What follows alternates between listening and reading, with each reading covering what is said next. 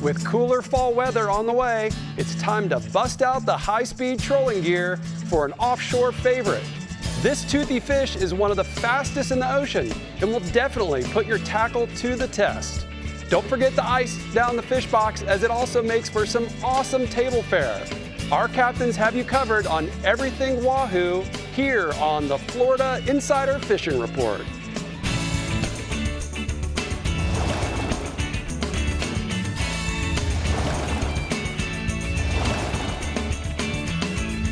Welcome to the Florida Insider Fishing Report, powered by Harbor Trucks and presented by Yamaha. Hello Floridians, and thanks for joining us back on the Florida Insider Fishing Report. We're happy to have our Strike Zone Northeast Region Captain Tommy Derringer filling in for Rick today, talking about Wahoo. Good to have you back with us, Tommy. Thanks, I'm happy to be back. Happy to talk about Wahoo, although I've still never caught a Wahoo, Dave. I mean, anyways, I'll take you. I need somebody to take me. We'll go. I know you have. I caught my first and then my second and then through the 11th in one trip. That's pretty good. It was great. I can tell you that I do love to eat Wahoo. It's definitely one of my absolute favorite fish to eat. Me too. They are delicious. Sushi in the mouth. Okay, well, as you may have noticed, we had a repeat show last week due to the uncertain path of Hurricane Dorian. While Florida was thankfully spared, Dorian left absolute devastation in the Bahamas. But there's been an outpour of relief efforts, and just about every Floridian I know, including our captains and sponsors, have done something to help, between drop-off points for personal boats that have made the trip over, monetary donations, and other relief organizations. It really has been amazing to see the amount of support, right? I know I went home and immediately boxed up all my stuff and that I could, baby, men's, women's, baby food, diapers, and send it to a boat that was going over. Stuff, Everything helps. So thank you for all that you guys have done. We're praying for the Bahamas, and stay strong, and your neighbors are here for you. But Dave, we have not been back for a while, and I know you're just dying to talk about some rigs and techniques and new products, especially for Wahoo. Yeah, I love to catch Wahoos. You know, when I go fishing out of here, out of the Cape, that's usually what I'm fishing for. It's a Wahoo or a dolphin, and so we're going to talk a lot about what we do to catch them. Very good. Well, you're looking pretty spiffy in your Costas tonight, I do have to say. Look at him over there. It's a new Dave. I love the glasses, man. I mean, do too. Professor Dave. He's looking good. Boy. All right, well, let's move into our Casa Vieja East region with Captain Jimbo Thomas, who has our first Wahoo report for the week. Let's hear it, Jimbo. Hey, Brie. Hey, Tommy. And hey, Dave. Well, you know, Wahoo are considered a prize catch, and they're said to be one of the fastest fish in the ocean. Now, we can find them year-round, and one of the best times to target Wahoos is around the full moons of August, September, and October, and we are on the full moon right now, so the bite is usually 4 to 5 days before and after the moon.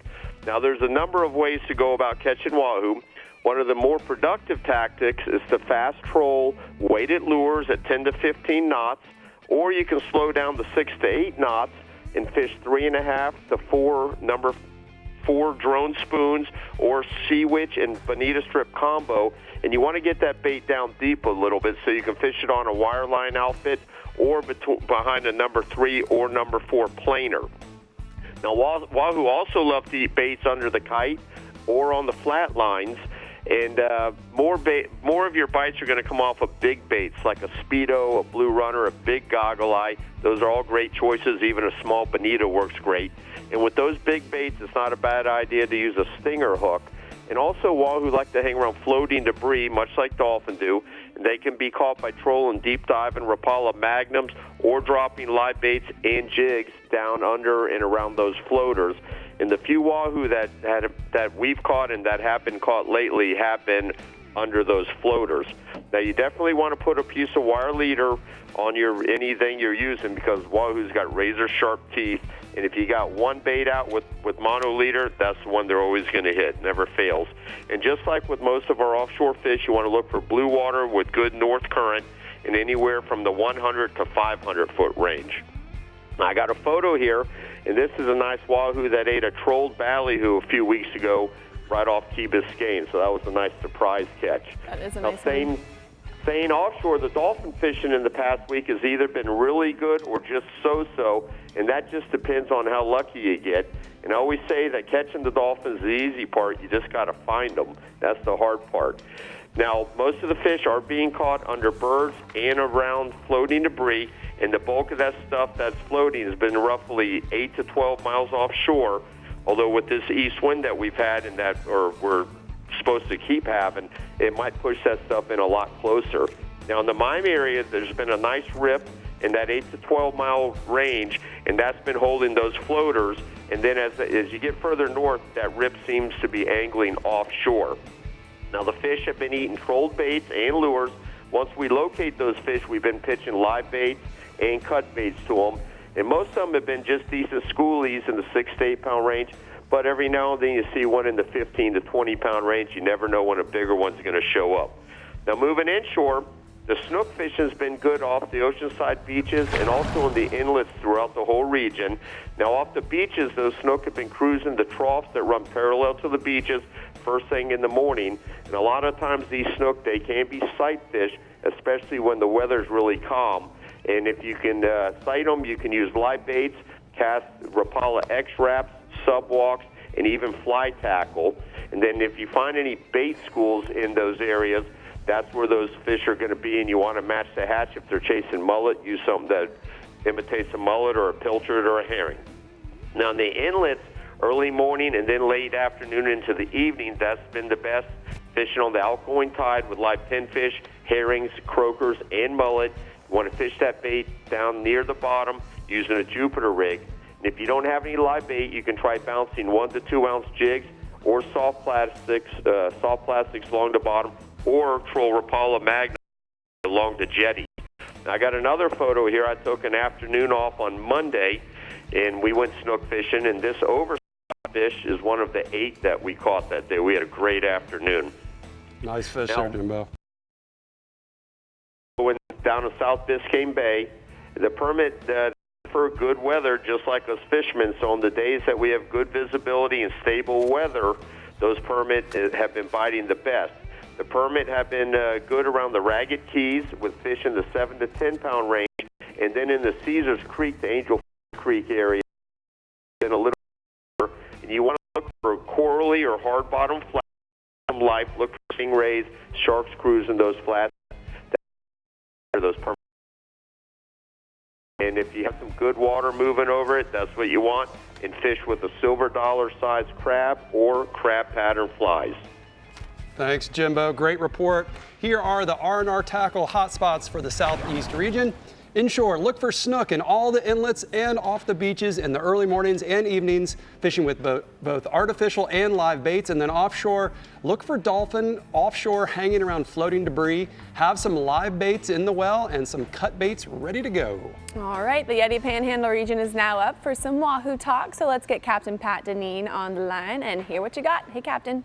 Hey, Brie. Hey, Tommy.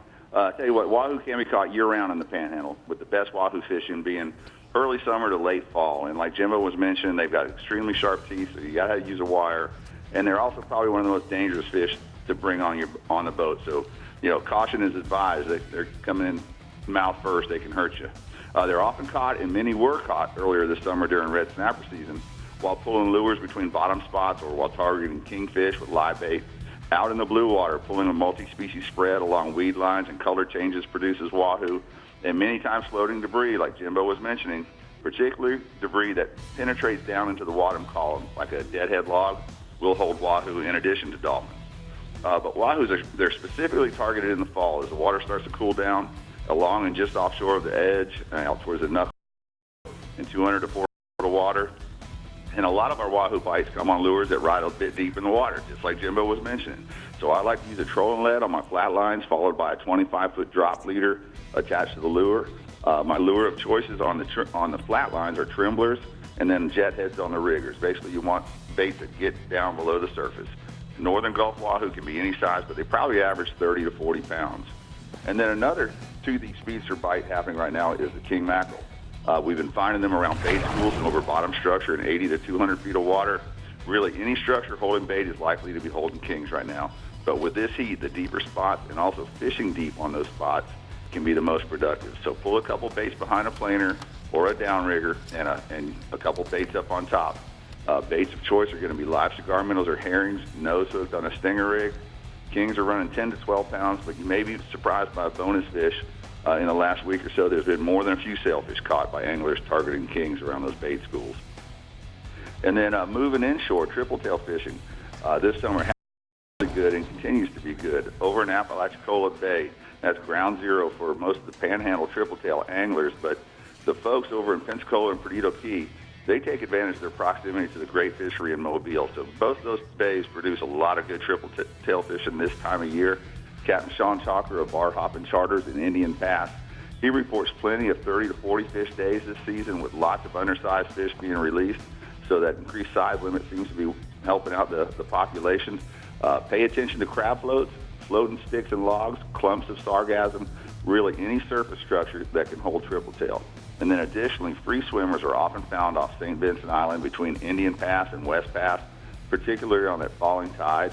Captain Sean likes to use a medium to medium heavy spinning rod rigged with a float, 2 to 3 feet of 30, 40 pound leader, and a circle hook peanut menhaden. Cast beyond the fish, slowly bring your float back to the fish, maybe pop it once or twice, and be ready for the bite. And I've seen some really big triple tail photos this summer, including this really nice fish that Sean's 10-year-old angler client caught, and they're fishing out of Apalachicola.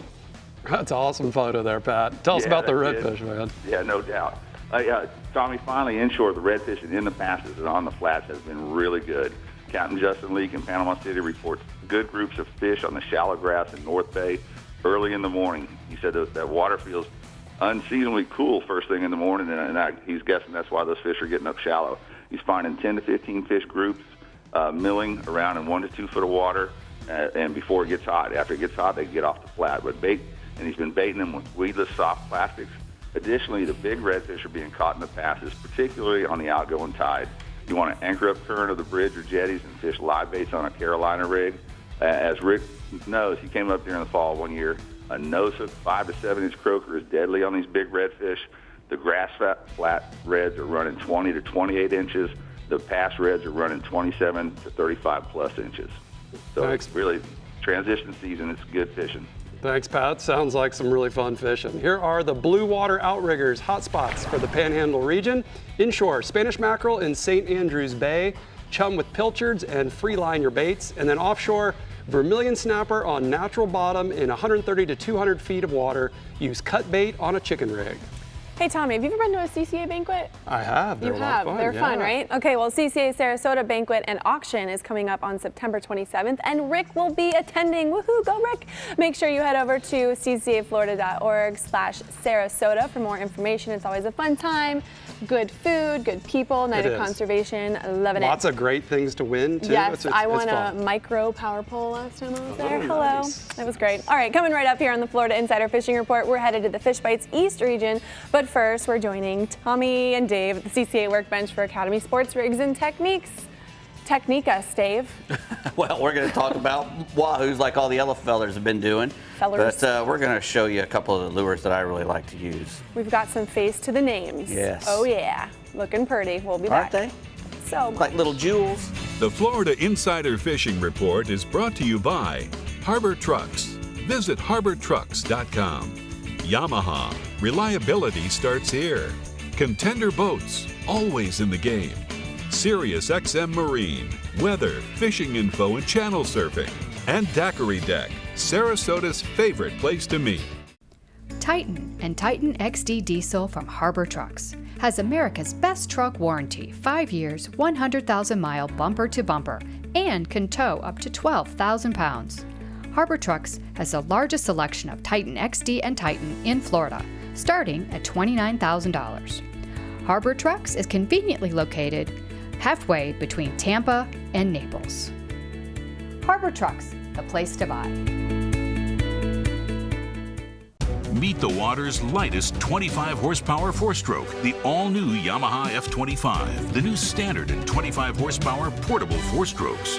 At just 126 pounds, it's got the best power-to-weight ratio of any 25 horsepower four-stroke on the water. With performance that bests the previous Yamaha F25 and features like Yamaha's VTS for precise trolling speeds, batteryless EFI, built-in resting pads, and carry handles, it's the perfect portable power for small boats.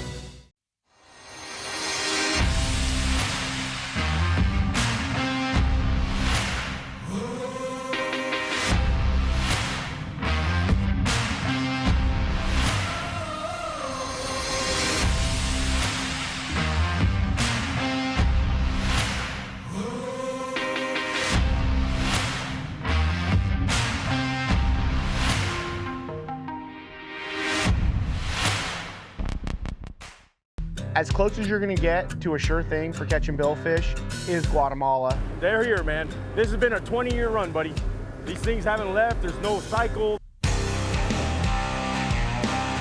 When it comes to sail fishing, this is the real deal.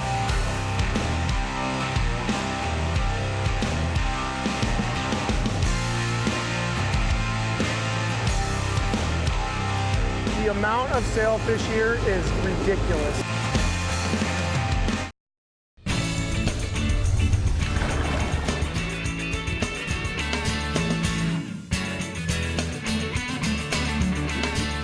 Hey Dave, we're here for the Academy Sports Rigs and Techniques at the CCA workbench. We're talking Wahoo. Correct, and you know, like I said earlier, you know, if I'm going fishing offshore where I live, I'm going to catch a Wahoo. That's my main thing I'm trying to catch. So pretty much everything I got out there is made to catch them. You really can't troll a whole lot of monofilament where I live.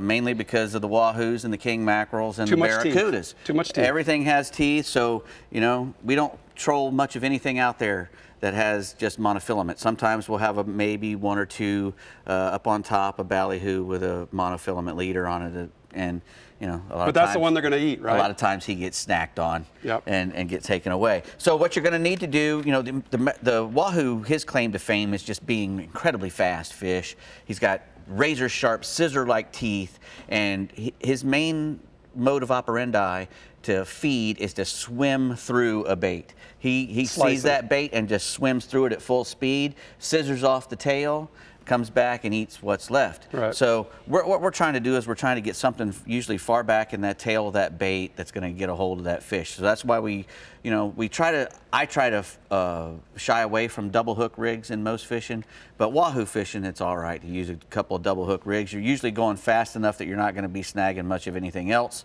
and the fish that you're going to try to be catching, it's okay to have a double hook. I see a lot of these skirts a lot of times are missing. Correct. They get chopped off a lot, yep, you know, but if you're going to be pulling lures, a lot of the lures that the guys are pulling are these kind of cone-shaped lures. They're bullet head, they're called. They really act more like the hull of a boat when you're going real fast. So they don't come to the surface too much, you know, if you put a lot of weight in them, and most of them are fairly heavy. Right. And if they're not heavy enough, they'll put a big trolling sinker out in front of it, which is one of these big things here. Looks like a medieval weapon or yeah, you can hit somebody with that thing for sure. But you'll put this out with, you know, 100 feet of mono before and aft of it, to about 100-pound mono, to let it stretch out real good, because you're going to be going, you know, 12, 14 knots when they're doing that high-speed trolling. Right. So there's going to be a huge shock when a big 50, 70-pound fish eats the bait at the other end when you're going that fast.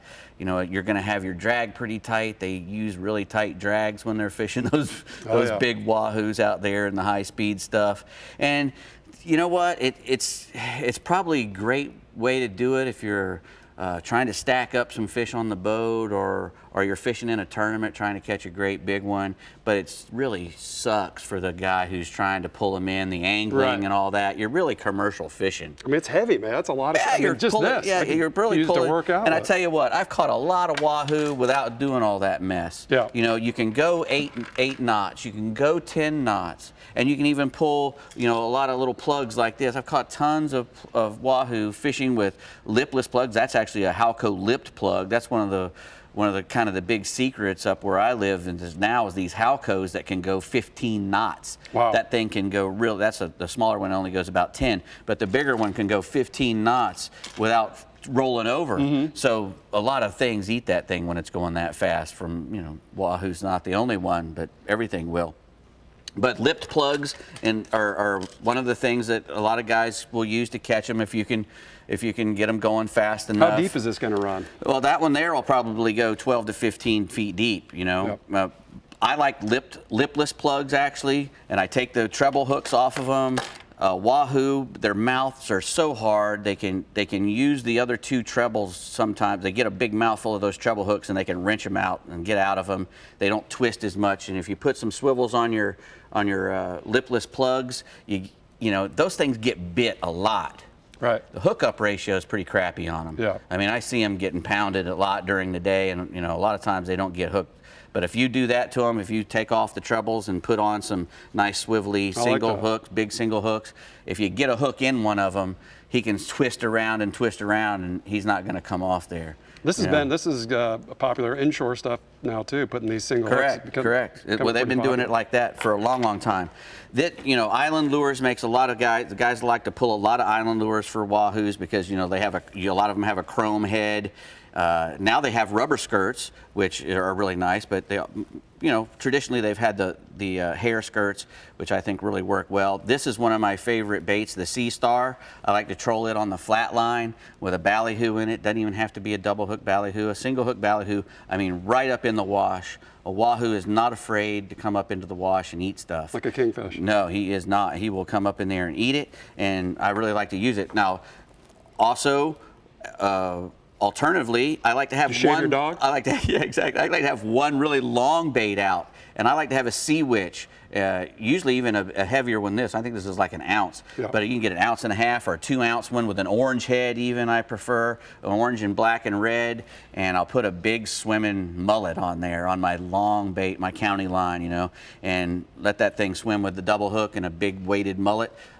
Big mullet, and that's how you catch big Wahoos. You'll pull those great big ones and try to get a hold of them. Now, let's see, what was I talking about? Well, one thing you want to try also, if you don't want to use the number 9 wire or the number 10 wire, the single strand, you can rig up your lures with some cable. It's very flexible. The little wide range right there catches everything from sailfish to blue marlin to Wahoo to everything. And if you put that cable on it, it's still very, very limber, still swims like a fish. Right. Actually, it goes straight as an arrow, doesn't swim that much. It just does the perfect thing, goes straight and lets the fish eat it. And it's a really good thing to have is using this little cable because you don't have to lose anything to the toothy ones. Tell me about the gaff shot here. We were talking about that. You want to hit that. You want to hit your Wahoo in the head for 2 reasons. One, you don't want to mess up any of that beautiful meat that he's got. Yep. 2, you want to kill him really quick. Usually a head shot's a good killer shot. But most importantly, when you lift that fish up into the boat and you're lifting him up over the side, the head is pointing up and away from you. The teeth and are going the other way. Those teeth are going away. That's a good So thing. if you have him in the tail or in the midsection and you pull him over the side and his head falls down and he comes off the gaff, he can do terrible damage to your lower legs from your knee down or wherever he comes in contact with you. So just make sure that you have a place for the fish to go in the box before you stick the gaff in. Put him in the box. Yeah, I like that. Always. You'll be in terrible peril. Dolphin too. Terrible peril, right, Dave? Exactly. Exactly. He says it all Terrible the time. peril. All right. The Fish Bites East region is full of Wahoo if you're targeting them. Seems easy enough. So, Captain Mike Holliday, talk to us. That's the key. You really got it. If you want to catch Wahoo, I mean, you can arbitrarily catch them, but the real key to catching them is to target them, and you do that by getting on the water before the sun comes up, getting your baits well below the surface, and working the edges of the reefs, and speeding up a little bit. Places like the ledge off Jupiter at 140 feet, the 8 Mile Reef off Stewart, the Ocalina Reef off Fort Pierce, and the steeples just north of Fort Pierce. They're all classic Wahoo areas to target. In my region, it seems like the fish bite better around the new and full moons. That's when the tides are stronger on the reef, so it's moving a lot of bait. You also want to look for debris that's floating deep in the water, like a big garbage bag or a log. If you find something like that, make several passes around it. If you hook a fish, keep coming around it several times, because a lot of times it'll have multiple fish. This time of year, a lot of times it'll be small multiples, 20-pound fish. And as a rule, Wahoo like a big bait, like a double hook ballyhoo or a double hook swimming mullet on number 9 wire. And they like those dark colors, red and black, pink and purple skirts. You can use a trolling weight or a planer or a wire line just to get your bait down. That's really going to help. Average Wahoo in my region is going to be 20 to 40 pounds, and I have a photo of one. That big Wahoo was caught on the Floridian charter boat. They caught that in 75 feet of water just east of the St. Lucie Inlet, and that fish hit a trolled double hook mullet. The other thing, snapper is always September is always a great month for snapper in my region, particularly when we get those big storms that kind of really murk up the ocean. That milky colored water is actually good for the snapper fishing because the fish can't see the leader and they have to hunt their food by smell, so they're a lot more aggressive. That being said, the post-storm bottom fishing was kind of really poor last week and even into early this week. But the last 2 days, the 8 Mile Reef, the Loran Tower Ledge, the reef off Palm Beach in 105 to 120 feet of water. They're all producing a good mixed bag of mangroves and muttons, and then in shallower, some yellowtails. The daytime bite for the big mangrove snapper off Fort Pierce has been amazing today in 85 to 90 feet of water north of the inlet.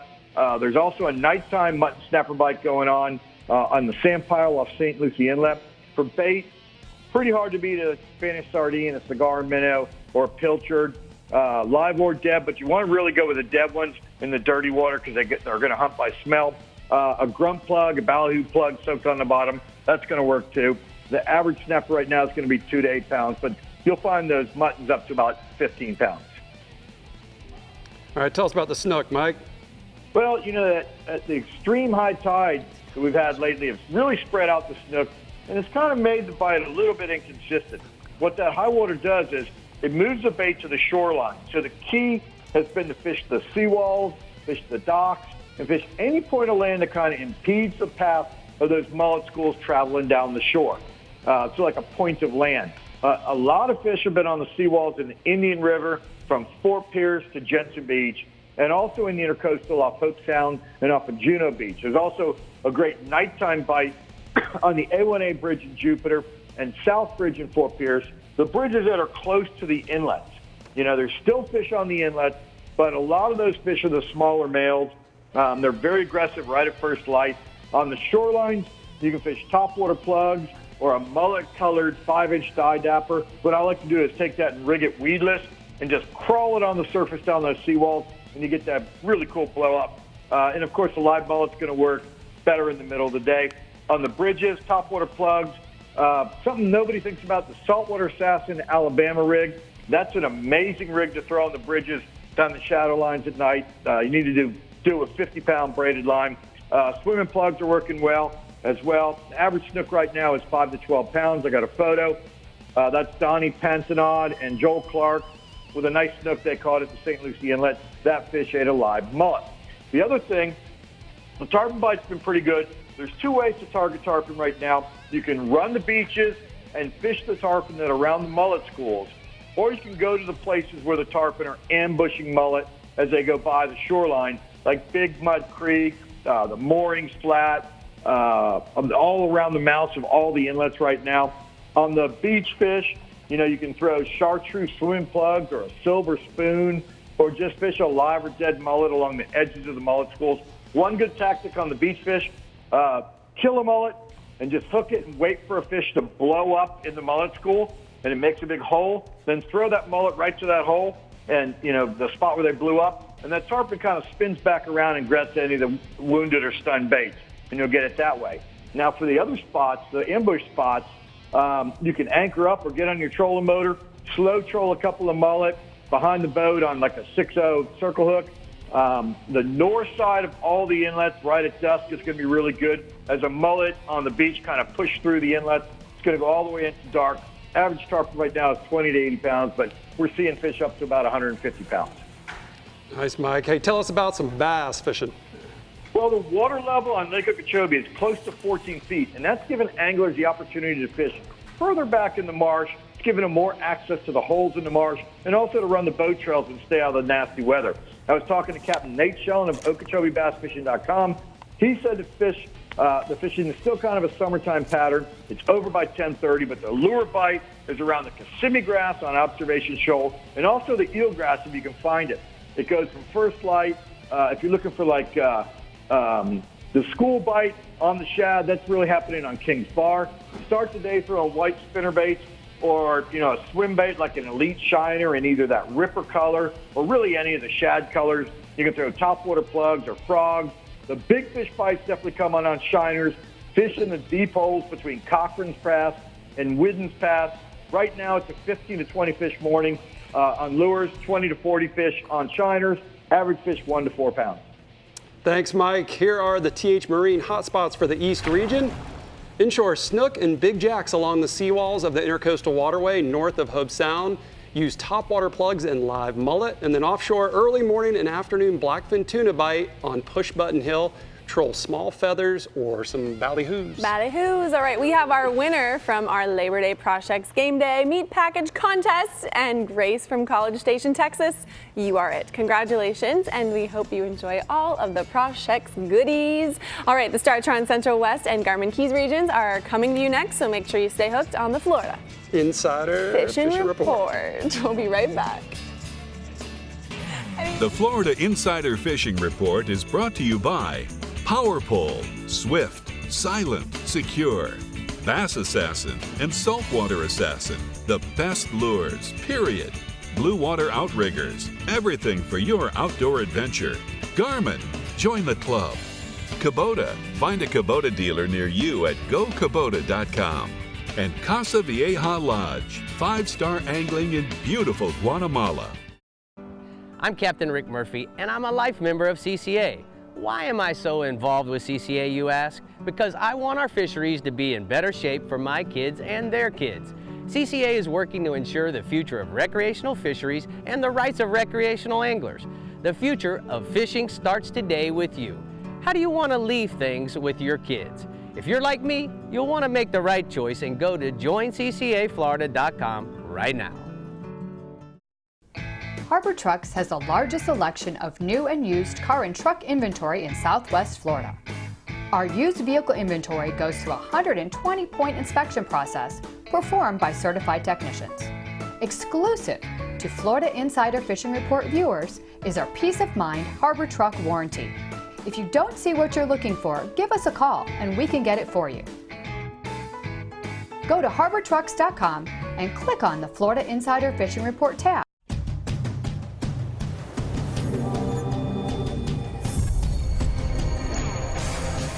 Real Legends Performance Clothing.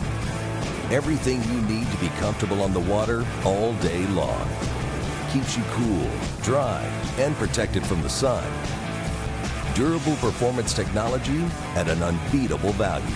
Shop anytime or go to reallegends.com to find a Bell store near you. I'm 1,000 miles from nowhere, and there's no place I'd rather be.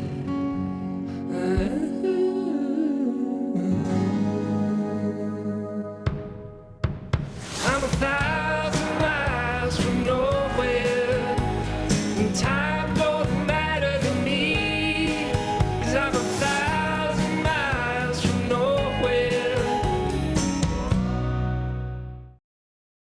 Welcome back, guys. So Tommy, this past weekend, Rick and I were invited to fish the Naples Take a Soldier fishing tournament, and it was quite the experience. Rick was inshore fishing with Captain Ronnie Houston and 2 soldiers for redfish and trout, and I was offshore with Captain Mike Avanon and 2 soldiers for red groupers. Rick ended up placing 3rd for inshore, and we placed 2nd for offshore, just 1-ish pounds away from taking 1st. Man, but pretty good. I know, it was so much fun. Regardless of winning or not, it was such an honoring and humbling experience to be able to give back to our soldiers in the armed forces, giving them a fun-filled weekend of fishing to remember. That's pretty cool. I want to go back. I hope I'm invited. It was amazing. Sounds awesome. And I'm so glad that you got 2nd and Rick got 3rd. Kind of me too-ish, maybe, possibly. The Wahoo run in the Startron Central West region is there if you're willing to make that run. So let's get Captain Jeff Page on the line to dive a little deeper. Hey, Jeff. Hey, I'm hearing Tommy D's in the house. Yes, he What's up, is. Jeff? All right. Let's get going. You know, I've said it. I say it year after year in the Startron Central West region, which is the Central West region of the Gulf of Mexico.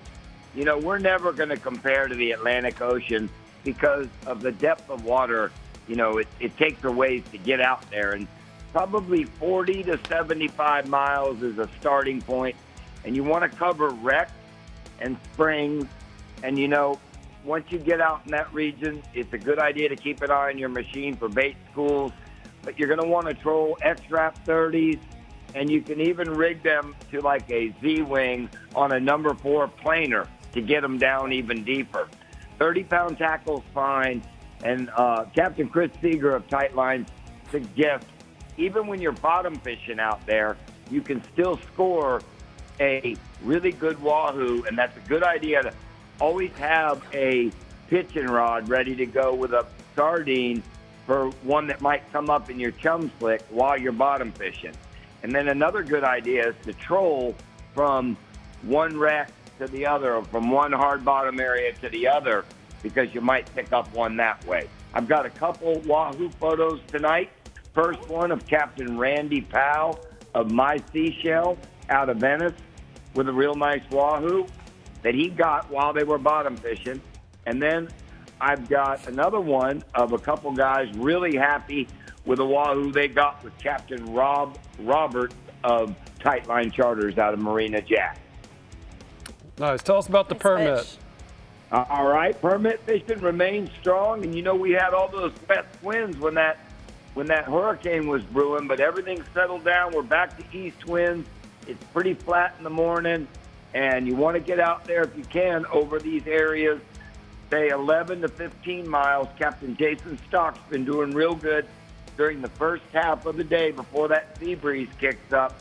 He's been dipping his past crabs at night, punching out Anna Maria, heading north a little to off St. Pete, and the permit have been laying up on top of the wrecks and the reefs out there, and he's been free lining one line, Tommy, and then using a split shot on the other, and he's been getting permit between 12 and 25 pounds, and I've got a photo tonight, Captain Jason of Full Send Charters with a happy client. Nice. Moving inshore, redfish, schools of redfish all over the entire region. I got reports of fish down south off the Turtle Bay Bar, along the east side of the harbor from Burnt Store, south of Bokeelia. Captain Denny Latham reports really good redfish. And then up my way around Fort DeSoto and over off of the bulkhead at the Manatee River. Live pinfish, you can cork them, you can free-line them, live big pilchards, or old school quarter-ounce gold spoons going to get the job done. And my redfish photo tonight is of my favorite angler, my wife, Lady Di, with a nice red she got on a soft plastic saltwater assassin last week. My last species, pompano, good run of pompano starting to show up in big bass in Sarasota. Guys are jigging them on the bottom with the U-Pro flat jig in pink and white and yellow and white, 3/8 weight, has that little fly trailer on the back. You're going to catch some other stuff, but if you work at it on that mid-tide, outgoing tide, you're going to get some nice pompano. Got a photo and a birthday wish going out to the oldest inshore fishing guide in Sarasota Bay, Captain Johnny Baywalker, with a nice pompano he got with one of his clients. Thanks, Jeffrey. Always a great report. Here are the hot spots for the Daiquiri Deck Central West region. Inshore, redfish are schooling up on the flats at Placida Sound. Throw a quarter-ounce gold spoon or free-lined pinfish. And offshore, good groups of permit are holding on wrecks and reefs 11 to 15 miles off New Pass north to Johns Pass. Live pass crabs are going to be your best bet. Your best bet. All right. I know I caught my first Wahoo in Sportsman Adventures, which I mentioned in the beginning, and my second and my third. So, you know, 11th. Yeah, and the 11th. So let's get talking to Captain Randy Tao and see how that could be done for you. Hey, Randy. Hey, good evening, fish fans. You know, here in the Garmin Keys region, Wahoo right now are found offshore, usually under debris. Anything big and floating, you're going to find a Wahoo possibly. And when you find that debris, you want to troll something, either a lure or a ballyhoo, down deep.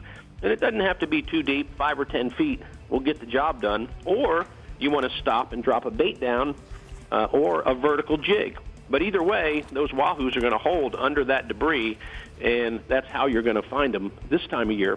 Our main Wahoo bite is in the winter and the springtime, where we catch them closer inshore and on some of the wrecks off the reef.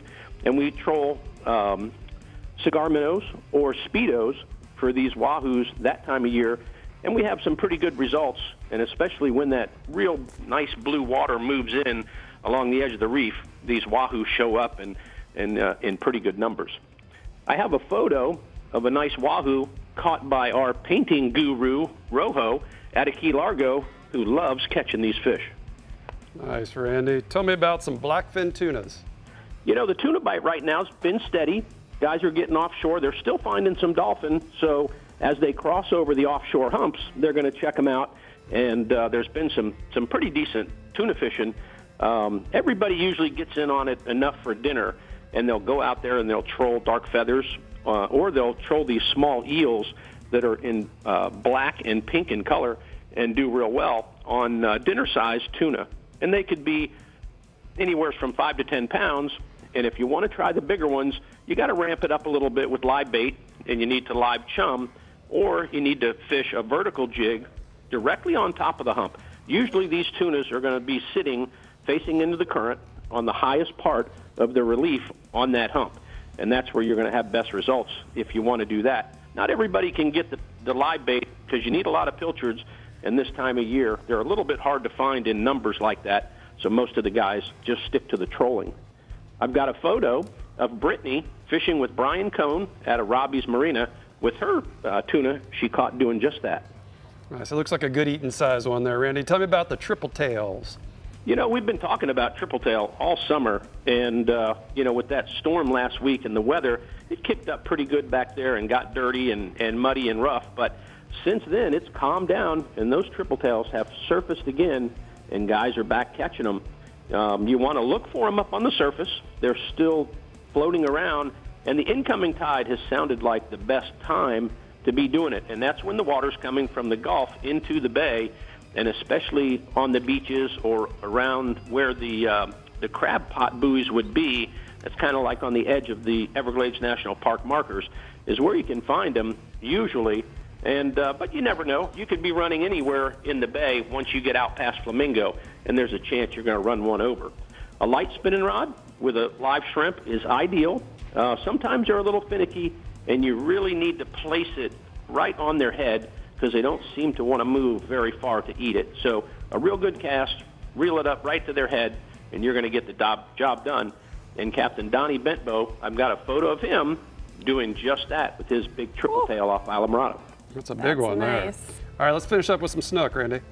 You know, we have been talking about snook all summer again. You know, it has been a good bite. Everybody's been getting in on it, including you.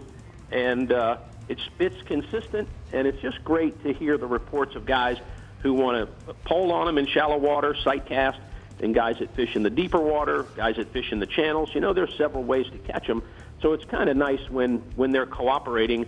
And even with the open season, which started September 1st, there's still plenty of dinner-sized fish being caught and some bigger ones that are over the slot that you have to let go. But that bite remains pretty good. Live pinfish, live pilchards, that's what I like, on a 1/4 ounce to a 3/8 ounce jig head, and especially anywhere from about 6 to 8 feet of water.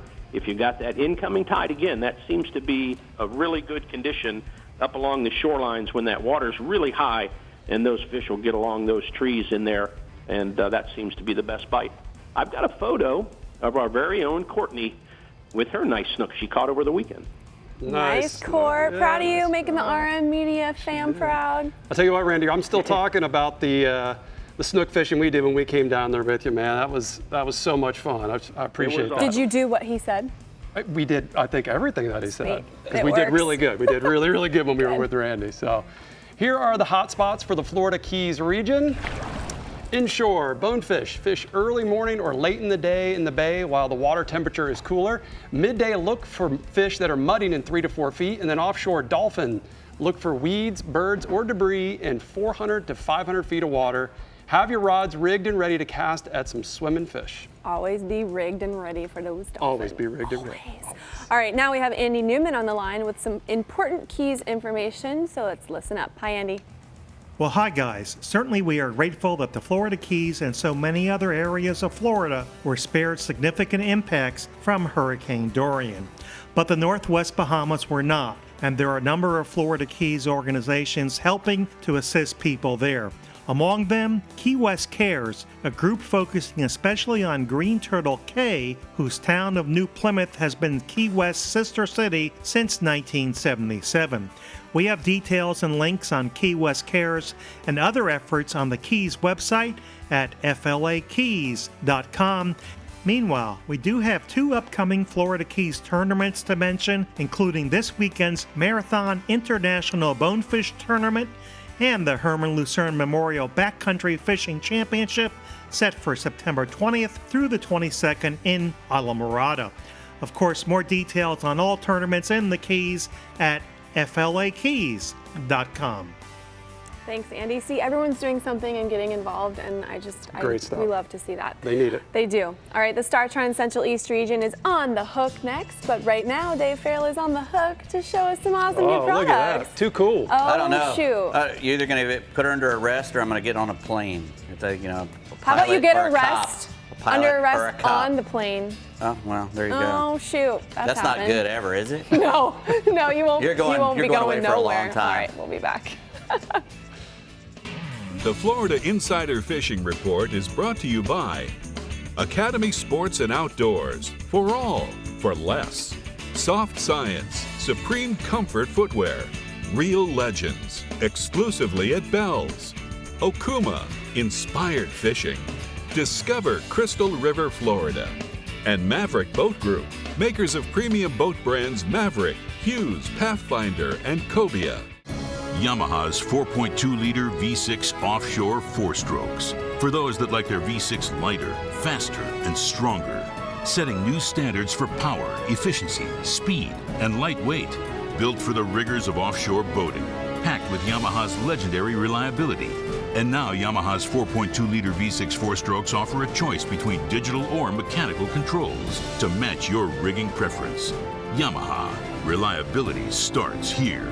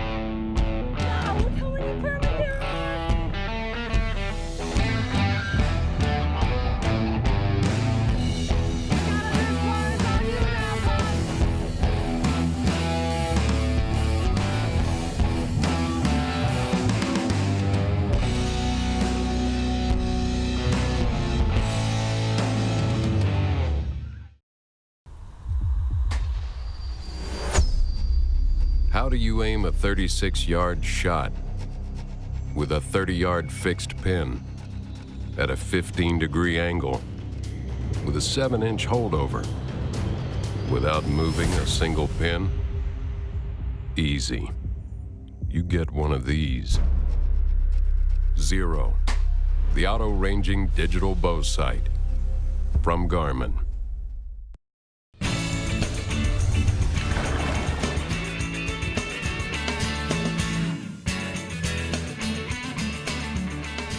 Dave, we're here Yes, with sir. some cool new stuff at the CCA workbench. Yeah, man. What do we got? Well, first off, we're going to talk about this big blob here. This is kind of amorphous. It's hard to show off. But this is a really cool bag from Costa Del Mar. It's the 75-liter big duffel bag that they've got. It's the large, and it's got a really tough layer that's very water resistant, very abrasion resistant. You're not going to be pulling hairs out of this thing. It's really strong. I've got some other stuff from them, and it's always built really nice. It is, and it's reinforced. It's got the reinforced side totes on it, extra pockets on each end so you can separate stuff on the ends. Inside, it's got mesh liners that you can, again, separate all your different dirty clothes from your clean clothes, your socks from your drawers and all that stuff. And it holds, like I said, 75 liters. It's like 19 inches long by 14 inches tall and 13 inches deep. So 12 inches deep, actually. So, you know, it'll hold a lot of stuff. It's going to hold a lot of stuff. When you get it all filled up. It's got a nice big removable shoulder strap. So when you do get it full of stuff, you can put it over your shoulder and, you know, Costa stuff. It's very well made for the guys who like to go fishing and get in the water. Good stuff. All right, next we got some, keeping with the Costas, we're going to talk a little bit about the sunglasses we just had on. These are called the Helos, and these are really cool because they're titanium, which is, you know, super strong, incredibly light metal, and when you pick these things up, you can't believe how light they are, especially when they have the 580p lenses in them, which are a plastic lens, but are just really optical, high quality, just as good as glass, just about, and they, you know, once you put them on, you don't even know you've got them on. They're so light, you can't feel them. Those but are I'm gonna leave them on. I think those are the silver right there, and these are the matte champagnes. They come with obviously the mirrored lenses. They have nice rubber on the temples and the floating cushions for your nose there, for your nose pads, adjustable so that you can fit any face. And just really nice glasses. They look like really good poker glasses to me too. I like to play poker. Titanium. They're gonna last forever. Exactly. All right. Next, we got these. These are from TH Marine. And fellows who have a nice boat, they like to be seen, and this is really a good way to do it. You can see and be seen with these. These are LED lights, the Blue Water LEDs from TH Marines, the deluxe water deck lighting system, and you can. What it does is you get 6 of these strips, and they have 60 lights in each one. Wow. And this will cover about a 30 to 38 foot center console boat. This one kit comes with 3M tape on the back. These things are so bright. Exactly. You can zip this stuff off, put them where you want to, under the gunnels, in the head area, up under the center console, in any of your lockers that you want to put them in. Comes with a nice little dimmer switch that you can dim put them, that on the console. turn them on and off, and have them dim and brighten up or whatever you want to do. Come with a variety of colors, different kits. You can get single kits or double kits or triple kits. They're good for kayaks, deck boats, any kind of boat. And they really do make a boat look really nice when you get a bunch of Looks like you're going into the club. It looks really nice. I've seen the guys with them decked out. Get you some of those. Cool. All right, next we got some of these. These are some shirts from Blue Water Gear. These are called the Triple Tail. They're all the same design, so you can just hold one up, I reckon. These are a UPF 50 shirt.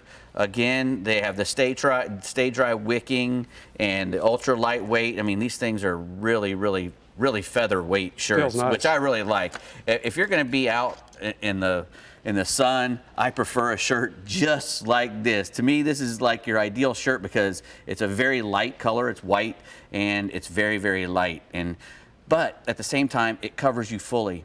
You never see an Arab fella out in the desert with a wife beater on. He's covered up. He's got those robes and stuff on for a reason. You sweat under there and it evaporates off you. So the guys who are wearing the little short sleeve shirts, all they're doing is tearing their arms to pieces and getting the direct heat right on their arms. It doesn't do anything for you. So if you can get a nice shirt like this, it's cover up, and it's got antimicrobial properties, so it doesn't stink on you. And they have in-house artists that do all their stuff for some cool them. stuff. So you turn it around and show them that triple tail on the back there. Yeah, that's what this shirt is called, is triple tail, a fish that I really like to catch too. And 10% of all the proceeds from Blue Water Gear goes to Moat Marine Laboratory. Oh, so nice. you want to try to look at it. Real quick, we got some fish bites again. These are the Easy Shrimp from Fish Bites. It's I think a 12-inch strip, and it's like a 1/2 inch wide. And you can cut these to any size you like. These are the fast-acting shrimps, so they start dispersing immediately, and they put out a lot of scent. And fish they still have the mesh inside, so you put them on a hook, they don't come off. You put this on a little piece of this on a 1/4-ounce jig head, and anything will eat it. It's one of my favorite things. A little pompano jig with a little piece of that on it. Things pick it up and they don't let it go. Flounder especially. It's one of my favorite things to use for flounder. The white one for flounder. And it comes in 5 different colors. So it'll match up whatever jig you want to match it to. And this pack could last you 2 weeks. I mean, this stuff lasts forever. It stays on there. It really does. Excellent. And like I said, I always carry a pair of scissors in my bag just for my fish bites, because I can cut it into little shapes and little tails if I want to, however I want to do it. And the surf guys, this is real popular by us for the surf guys. I won't go surf fishing without it. Yeah. If I'm going pompano fishing, I've got one rod that has my sand fleas on it, and one rod with my fish bites on it. Because whatever one they're eating that day, I want to be on it. It's usually this one. Get you some fish bite shrimp. Correct. Yep. All right, Dave. Thank you, man. Good stuff. How are you gonna argue with that talk over there? You can't. Fish bites it is, people. Yeah. All right, it's time to make some Wahoo memories in the Bell's Central East region with Captain Jim Ross. So tell us where the action's at, Jim. Well, Bree, it's time to get out there and bust out your high-speed lures, because the western edge of the Gulf Stream is where you're going to find the majority of the Wahoo in the Bell's Central East region right now. On most days, the edge has a fairly defined rip, or sort of a hard edge, but sometimes it doesn't. And so, especially after this storm, I've heard a lot of guys saying that there's not as defined of an edge on the western side. It's kind of spread around and got eddies and little things in it. So the thing to look for then is, if you don't find that hard edge, look for the 21 and 27 fathom ridges. Those ridges are going to be really good because they're going to hold bait over the top of them. That structure is then also going to provide a place for those fish to kind of congregate. You can create little upwellings, and you're going to find some wahoo on those. So you can also check out, just if you're going out of ponds, just a little to the north out of ponds, the roll down area seems to be really good for those guys that like to catch wahoo. Now, of course, we all know wahoo like to eat dark colors because they primarily feed on little bonitas and little blackfins and things like that. So you can take purple, red, orange, blue, just about any color, and contrast it with black. That seems to work best. So anything that's got black in it with just about any other color, but black is that key thing. And if you don't have anything that's got black in it, it's as long as you get something shiny out there. I've heard of guys catching them on those king getters, also on some of the high-speed Rapala lures that you can get down that are chrome-plated with like a tiger stripe on them. That seems to work really well as well. So our average wahoo runs about 30 to 45 pounds, but you can catch fish in this region on a regular basis that'll get up into that 70 and 80 pound class, especially as we come into the fall and winter months. Now, the next thing we're going to talk about is dolphin, because we're going to stay offshore. Now, right now, there's not a lot of floating debris on the west side of the Gulf Stream. So the guys that are actually running to the east side of the Gulf Stream are finding more debris. They're finding dolphin on that debris. So it's going to have to be a little larger vessel to get yourself over there and back safely. But when you get over there, anything that's floating has a potential to hold bait fish and obviously, in turn, hold hungry dolphin. Lures, jigs, all kinds of pitch baits. When you approach that debris, have that stuff ready. Or if you're just wanting to troll, just troll by it. And one of the things that I've found is that the 5-inch saltwater assassin dye dapper, you can use the silver phantom with a chartreuse tail, put it on about an ounce or ounce and a half jig head. That's a great pitch bait to throw at these fish. You can cast it out there really far, and you can rip it back past those floating debris. And anything that's moving fast past there, a dolphin's pretty much going to run out and try and eat. Especially when you're up in that Ponce Inlet area right now. That's where you're going to find more of the dolphin if you're coming back onto this side of the stream. But as we get farther into the fall months and we get a little bit cooler weather and water coming down, we're going to find that the Canaveral and Sebastian areas are going to start turning on with dolphin as well. Now, I've got a picture here of John Wilkes with a really, really nice dolphin that he had. And you can see that, those gapper-sized dolphin are what you're looking for. Our fish right now are a little smaller than this, but they're going to be getting bigger as the fall time goes on and we get more of that migration coming down from the north. Now, swinging inshore, one of our favorite fish here in the Bell Central East region, now that you can catch them, and now that Hurricane Dorian has kind of gone by and kicked the finger mullet into high gear, that run is going on strong down the beach, is the snook. And right now, snook are blasting finger mullet all up and down the beaches. At every jetty in my region, you're going to find them as well. If you're fishing around those jetties, simple live bait, simple finger mullet, or even a medium-sized mullet on a jig head or on a knocker-style rig is going to work really well. If you're fishing in first thing in the morning or last thing at night, or over the nighttime periods, especially around the jetties and off the catwalks like at Sebastian, the X-Wrap lures in the size 10, 12, and 14 centimeter sizes. Get the mullet finish. It seems to be working really good, or the black and silver finish. And then also the Assassins, the 3.5 to 5-inch soft plastic boss shiner in anything with a black back or a green back with a silver or white belly, especially if you're fishing right there at first light when they're first starting to bust this finger mullet out of the water. Man, that thing works really good. Also, you can use that same bait in our backwaters because we have a lot of blowdowns and things that have happened over the last couple of years from the hurricanes. And anywhere where you have a blowdown or a mangrove edge, you can find snook on that right now. Most of our snook are running from about 1 to 5 pounds inshore and from about 8 to 25 pounds out on the beaches. Our last species this week is redfish. September, we're known for redfish here in the Central East region. September is a great time to catch the slot-sized fish. All you have to do is look for fish cruising the edges. The water's really high right now. You want to pick out those fish as they're tailing or backing along those edges. They're looking for little minnows. They're looking for finger mullet. You will see them tailing a little bit, but more often than not, you're going to see them busting on finger mullet. So it's time to throw those top water plugs, get out there, and catch tons of fish in the Central East region this fall. Awesome, Jim. Sounds like a lot of fun. Here are the hot spots for the Central East region.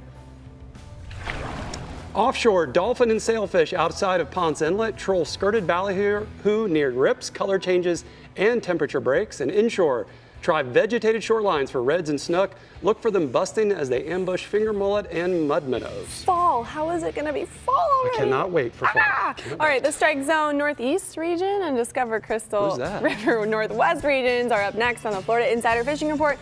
But before we take a break, we want to announce that if you missed any of our today's show or want to rewatch any reports and segments, we're uploading them to our YouTube channel every Thursday, as well as posting new content every week, so make sure to subscribe. Visit our website, like us on Facebook, follow us on Twitter, check us out on Instagram. We'll be right back. The Florida Insider Fishing Report is brought to you by Rapala, another great day. Startron, cures and prevents ethanol fuel problems. Yeti, built for the wild. CCA Florida, the voice of recreational anglers for over 30 years. Ameritrail, load, launch, relax. And Strike Zone Fishing.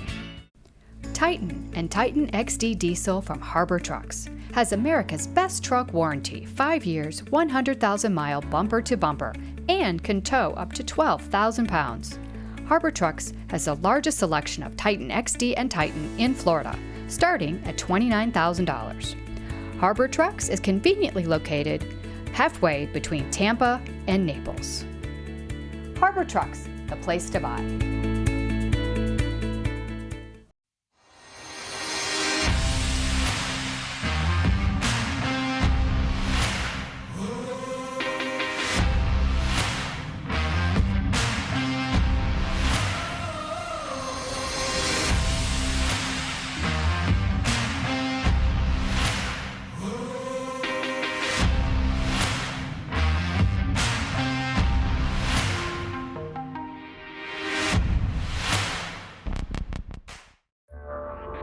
Oh, there it is.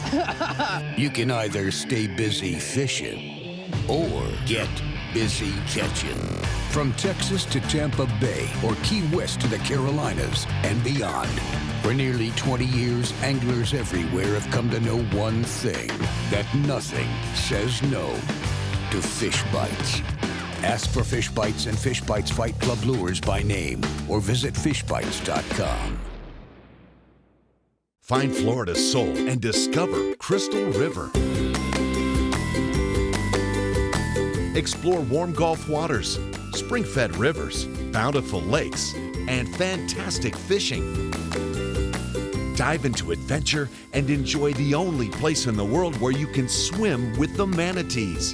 Treat yourself and your family to outdoor fun, rich history, and a relaxed coastal lifestyle.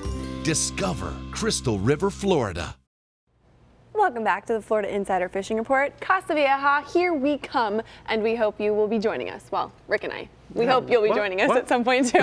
Listen up, because Harbor Trucks has partnered with Casa Vieja Lodge to send 2 lucky winners to Guatemala for a 4-day, 3-night trip to fish with Rick and me at Casa Vieja Lodge. All you have to do to enter is head over to our website at FloridaInsiderFishingReport.com. Tommy, you should enter.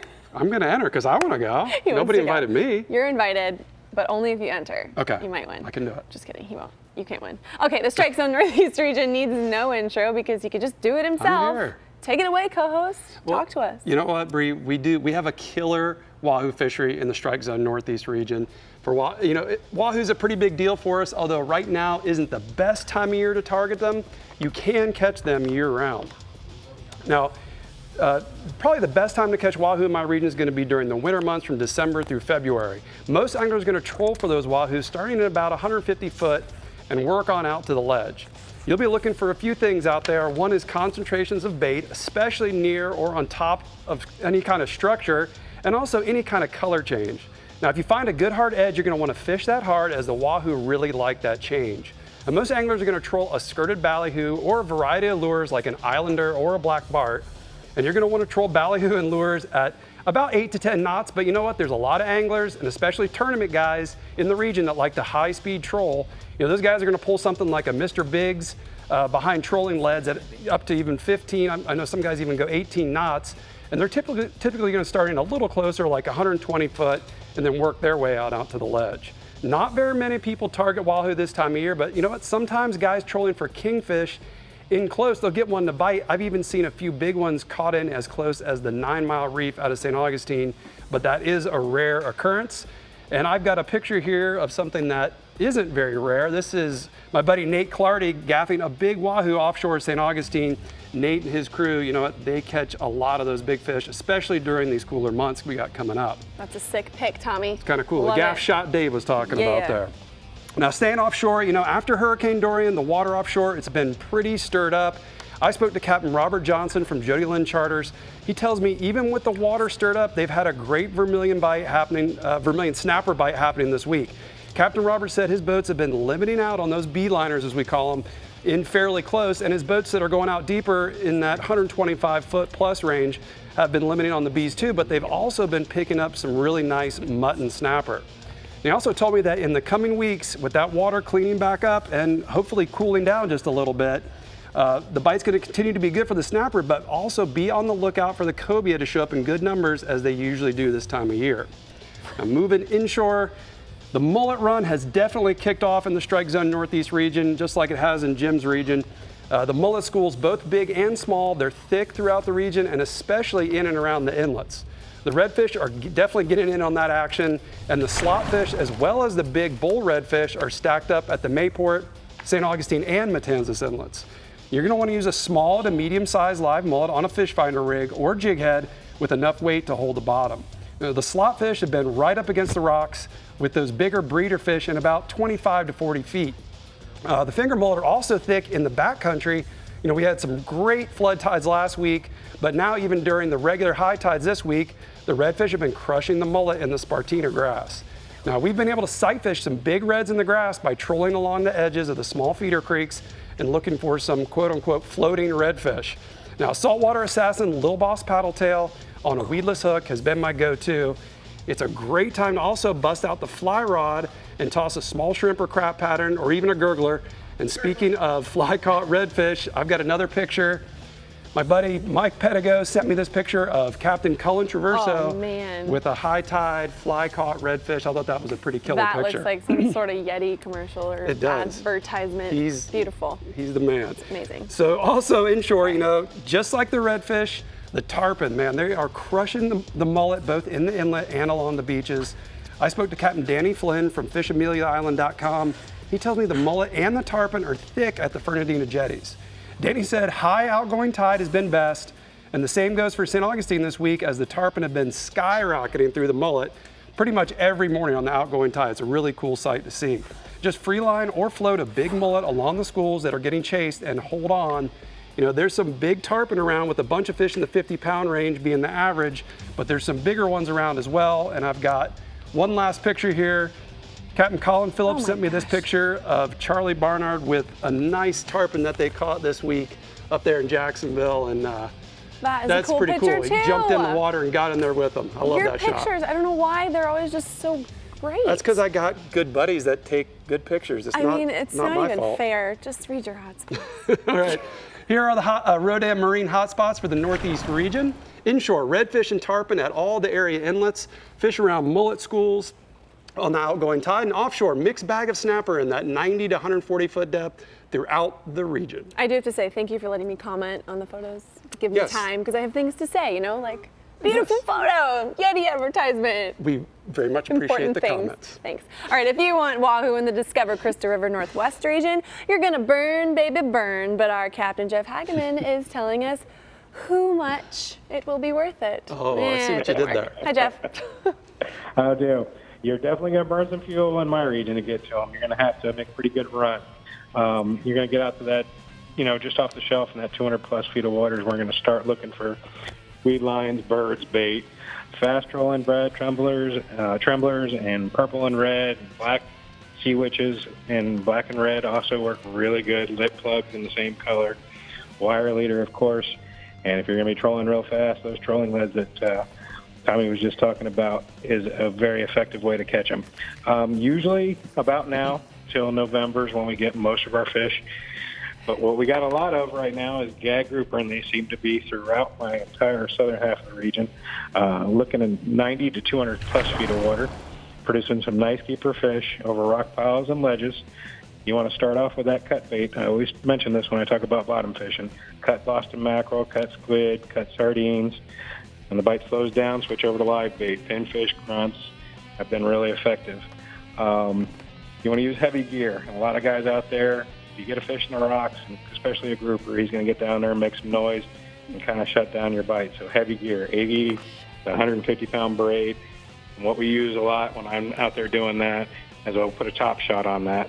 We use a PR bobbin knot, and we probably put about 60 feet of 100 to 150-pound mono on there or fluorocarbon, just to give you a little forgiveness and let you pull a little less hooks. That's a little tip there. Depending on the current, you want to use 8 to 16 ounces of lead, depending on the tide you've got and the bait you're using, a 7 to 10-aught circle hook.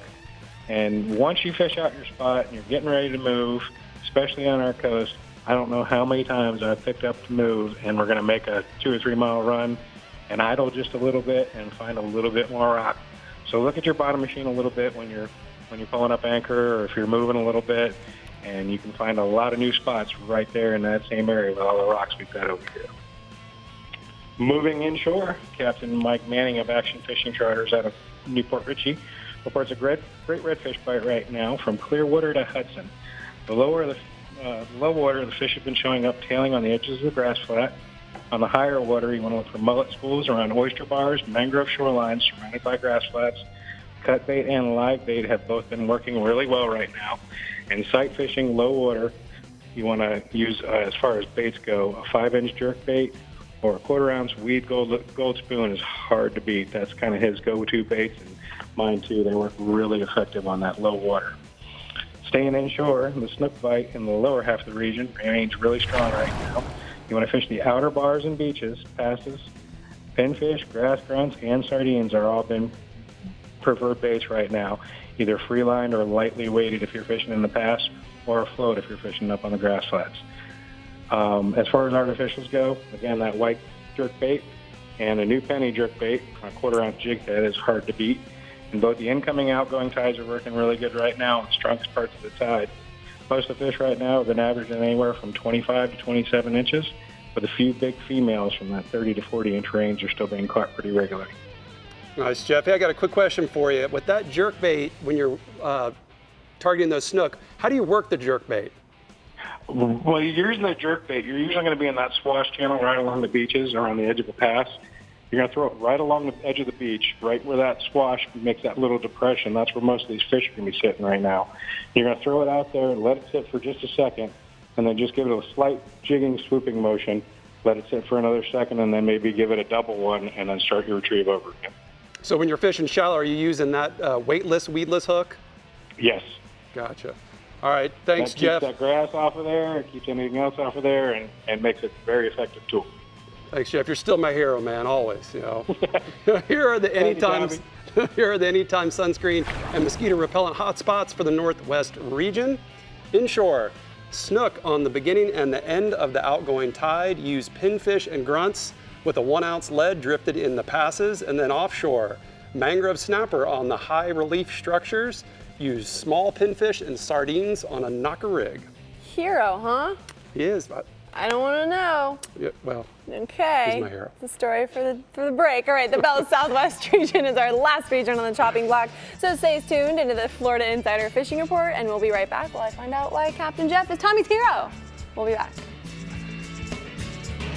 The Florida Insider Fishing Report is brought to you by Harbor Trucks. Visit harbortrucks.com. Yamaha, reliability starts here. Suffix, always use the best line. The IGFA, fish for the world. Sportsman's Adventures, fishing for adventure. And Bells, everything you need to live life local. An entirely new species of extreme predator is moving offshore. The Yamaha 5.6-liter V8 XTO offshore outboard.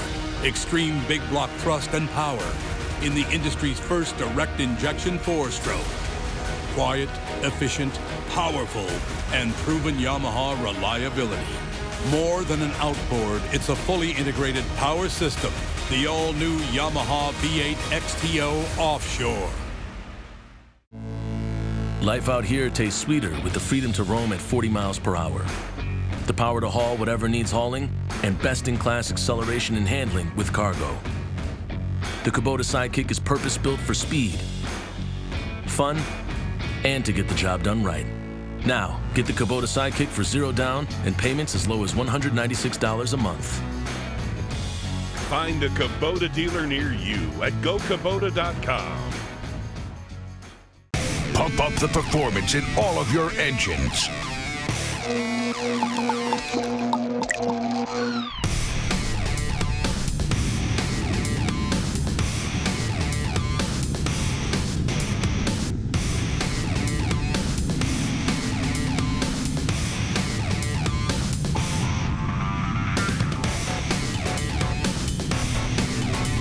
Kick your gas into gear with StarTron. Harbor Trucks has the largest selection of new and used car and truck inventory in Southwest Florida. Our used vehicle inventory goes through a 120-point inspection process performed by certified technicians. Exclusive to Florida Insider Fishing Report viewers is our Peace of Mind Harbor Truck Warranty. If you don't see what you're looking for, give us a call and we can get it for you. Go to harbortrucks.com and click on the Florida Insider Fishing Report tab.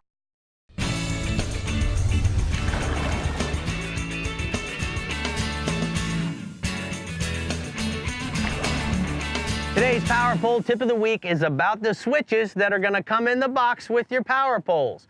Now understand, guys, if you buy 2 power poles, you're going to have 4 switches. There's no need to program all 4 of those switches. Just pick your favorite switch. Like in my case, I really love the multifunction switch. I can program this to run all the poles on my boat. So there's no need to use all 4 switches. Now, the reason why I like the multifunction switch is simply because I can isolate the individual poles. I can make one go up while the other one stays down. And while I'm out drift fishing with paddles, this seems to work very well. I can manipulate the angle of the boat. The other thing that I do is sometimes I'll pick up one pole, pivot the boat using the trolling motor, get the angle that I like going down the shoreline, and then I can pick up the secondary pole. So keep in mind that you don't need all the switches, and use your multifunction switch to manipulate the boat the way you want. And that's today's Power Pole Tip of the Week. Switch, switches, switch. A lot of switches. You know, Brie, where I fish, there's a ton of current, and all that stuff Rick was talking about picking up one pole and drifting. I use it all the time. Power Pole just keeps coming up with stuff that makes fishing easier. Right. Which is really, Power Pole really do nice. Do. Just got to know That's which right. one to go. Okay, anyways, the Bell's Southwest region has a lot to offer, especially because Ron Houston is our captain in charge. Rick and I had an absolute blast fishing the Naples Take a Soldier fishing this past weekend, so thanks for the invite, Ronnie. Well, it was a pleasure having you there, and it's also a pleasure knowing that you have Hollywood in the studio right next to you. Oh, Thanks, wow. Ronnie. But anyways, you know, it was a great time, and I know a lot of good things were said, and hopefully you guys are looking forward to this great and humbling event next year. But we are. Offshore, you know, we're going to talk about the red groupers, one of the main targets we had. You know, finally with the passing of Hurricane Dorian, that really gave us west winds for about a week. You know, really made things pretty difficult. But, you know, as of late Sunday, the winds have subsided offshore. So I'm just now starting to get some mixed reports I've gotten all through the region. You know, the depth right now has been 80 to about 110 feet. The primary thing is fishing hard bottom. And some guys are out using bucktails with squid just to start to see if they can relocate the fish again. And depending upon the current, 6 to 10 ounces of weight. But then also when you get in some of those areas, you can also use cut baits like squid, herring, and sardines. And then here we go again. You're still going to have to use about 6 to 10 ounces of weight, depending upon the current. And the reports I have gotten in the last couple of days saying, you know, the quicker the current's moving, you know, the bite has been a lot better. But reports of gags are also being caught, and scamps and live pin fish. So I strongly suggest starting at about 80 feet, moving out to about 110. Or if you start catching a little closer, you don't really need to go out that far. And I have a picture from over the weekend where Brie and a couple of the soldiers of some quality groupers being caught. But another offshore target is going to be the triple tails. You know, same issue with the hurricane that we had passing by. You have those west winds, anywhere from Sanibel to Stump Pass. It really churned everything up. You know, there's some weed lines out there. There's some floating debris. You know, check the head pins, crab pots. You know, right now from the beach line out to 12 miles, including the wrecks. You know, these fish are a lot easier to see once this water's, cleaning up on top. And anywhere from the tide lines will also locate this fish. But look for the floating debris. Try your stationary structure and look for these fish in the tide line. Baits have been like pilchards, bucktails, and shrimp side casted. And I got a picture of a nice fish that was just recently caught while fishing up at the northern end with Captain Corey McGuire. Now, on the inshore, things have been pretty good also. Redfish. Captain Corey McGuire reports to the north. Schools of redfish are frequently showing up on a daily basis, fishing oyster bars right now from Pine Island Sound to the north end of Charlotte Harbor, as well as some good reports coming in right now from Estero Bay, along the east wall, on the higher stages of the tide, along the mangroves, and concentrate on areas of deadwood. So to the north, and the oyster bars. You also want to concentrate on the deadwood up in the Estero Bay area and the mullet schools. Baits have been like pilchards, free-lined or under a cork, live pinfish, cut mullet and ladyfish on a knock rig, or you can scan the areas with gold spoons and topwater Rapala skidderwalks so you locate some fish. And I got a couple nice pictures of redfish that was just caught in the last week up in the northern end with Captain Corey McGuire and down in Estero Bay. Last species is going to be the snook, which has been great since opening season, whether by land or out in the Gulf or along the beaches. Captain Corey McGuire has been telling me from Sanibel to Pine Island Sound, there's a little bit of a change. Snook are starting to move back from the passes and starting to congregate on the deeper points. But I can tell you right now, the fishing I've been doing down in the southern end, from Coon Key to Indian Key, concentrate your efforts on the outer Gulf Islands and the last half of the incoming to the first half of the outgoing. In both areas right now, live pilchards, finger mullet, Rapala skidderwalks, bass assassin 5-inch dye dappers on a quarter-ounce jig head, as well as subsurface lures that range anywhere from 6 inches to 2 feet, white, chartreuse, or olive in color. And I got a nice picture of a snook that was just recently caught up at the northern end with Captain Corey McGuire. Right now the winds are east, southeast, east, northeast. Looking great for the weekend. Water's cleaning up, so get out. Snook season's open. Get on the inshore side and catch you some snook and some redfish. Thanks, Ronnie. I got a quick question for you. Everybody knows that you're the foremost expert on snook fishing. How do you work that Rapala skidderwalk when you're fishing for snook? Do you pause it, or what do you do with that thing? Well, basically, a lot of guys think walking the dog is walking the dog in a steady motion. What I just basically do is I throw it out, and I just keep basically moving as slow as my reel, whatever the ratio is on the reel. I'm slowly turning just to get that small knock, knock, knock, not that big action motion. That seems to attract the fish, and also if they're leery of the bait, the slower it is, the quicker reaction. All right, Ronnie, listen to that. He knows what he's talking about when it comes to snook fishing. All right, thanks, Ron. Here are the Catacan hotspots for the Southwest region. Inshore, tarpon, nighttime bridge spans from Charlotte Harbor, Cape Coral, and Sanibel using live mullet, ladyfish, and 4 to 6 inch swim baits. And offshore, mangrove snapper, Sanibel to Stump Pass, 30 to 50 foot deep wrecks and ledges, chum and drop back small cut baits. Ronnie really is the snook king. He's a snook master. Snook master. Snook master. Master, do you hear that? All right, next week we are talking, you'll just have to wait because we're going to be right back to tell you what we're catching next week, only on the Florida Insider Fishing Report. Just for a little bit longer, it's a secret. We don't like secrets. Titan and Titan XD Diesel from Harbor Trucks has America's best truck warranty, 5 years, 100,000-mile bumper to bumper, and can tow up to 12,000 pounds. Harbor Trucks has the largest selection of Titan XD and Titan in Florida, starting at $29,000. Harbor Trucks is conveniently located halfway between Tampa and Naples. Harbor Trucks, the place to buy. Master your most challenging offshore experience with confidence and ease with Yamaha Helmmaster. Precise, intuitive control on the open seas. Unrivaled ease for maneuvering and docking in port. And now SetPoint adds 3 new dimensions to boat control. Maintain boat position with fish point, or a position and heading with stay point, or a heading while you drift with drift point. Yamaha Helmmaster, now with SetPoint. Complete digital control for today's larger offshore boats. For the bass that thinks it's a bulldog. For the walleye that thinks it's a freight train. For the tuna that thinks it's a torpedo. For the tarpon that thinks it's a tarpon. You need the mono that thinks it's a braid. Suffix Advance. New Advanced Mono with HMPE braid molecules for strength, abrasion resistance, and low stretch. Suffix Advance. The mono that thinks it's a braid. do things. Be sane. Don't fritter away your time.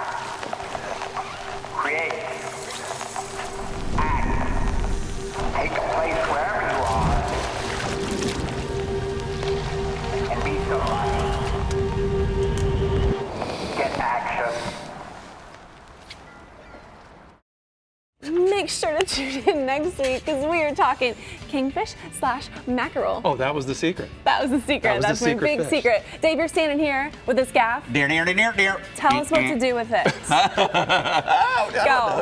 You hit things with it. You hit things in the But head how do you hit with things it. with it? A lot of kingfish. A lot of kingfish. Easy does No it. lumberjacking. No lumberjacking. Thanks for tuning in, guys. Thanks for being here, Tommy. Thanks for having me. Watch us on YouTube, and we'll see you next week. Keep me hanging. Bye. Oh, bye. Sorry. Oh, very good.